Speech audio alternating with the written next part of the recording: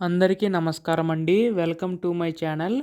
తెలంగాణ రాష్ట్ర వ్యాప్తంగా ఉన్న ఆసరా చేయూత పెన్షన్ సంబంధించి రాష్ట్ర ప్రభుత్వం అయితే మనకి ఈ యొక్క పెన్షన్ పంపిణీ చేసేందుకు సిద్ధమైనట్టుగా తెలుస్తుందన్నమాట. సో, ప్రస్తుతం దీనికి సంబంధించి మనకి నిధులనేవి పెంచి అందించడానికి సిద్ధమవుతుందండి. అయితే ఈ యొక్క పెన్షన్ నిధులు ఎప్పుడు పెంచబోతుంది? అలాగే ఈ యొక్క రూ. 4,000, రూ. 6,000 ఎప్పుడు పెంచిస్తారు?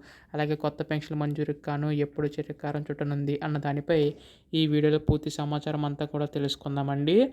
ఈ వీడియోనైతే పూర్తిగా చివరి వరకు అయితే చూడండి. అంతకంటే ముందు చాలామంది వీడియోనైతే చూస్తున్నారు కానీ సబ్స్క్రైబ్ చేసుకోవడం లేదు.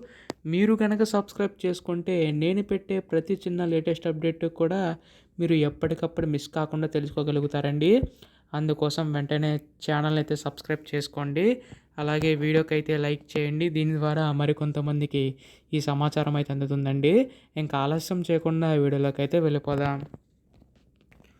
సో, మనకి తెలంగాణ రాష్ట్ర వ్యాప్తంగా ఉన్న ఆసరా పెన్షన్‌ను పెంచేందుకు రాష్ట్ర ప్రభుత్వం అయితే సిద్ధమైనట్లుగా తెలుస్తుందండి.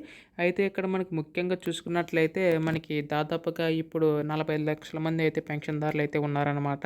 అందులో మనకి రూ. 2,000 పొందుతున్న వారికి మనకి రూ. 4,000 వరకు పెంచే అవకాశం ఉందండి. అలాగే రూ. 3,000 పొందుతున్న వారికి రూ.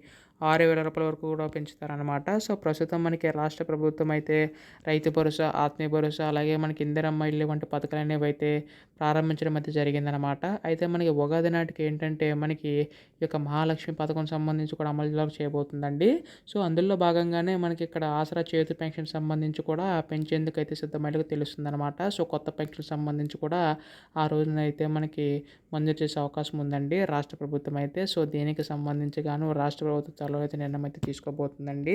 అయితే ఇటువంటి లేటెస్ట్ అప్డేట్స్ అన్నీ కూడా మీరు ఎప్పటికప్పుడు మిస్ కాకుండా తెలుసుకోవాలనుకుంటే మాత్రం దయచేసి అయితే ఛానల్ అయితే సబ్స్క్రైబ్ చేసుకోండి మిత్రులారా. అలాగే వీడియోని అయితే మీ తోటి వారందరికీ షేర్ చేయండి.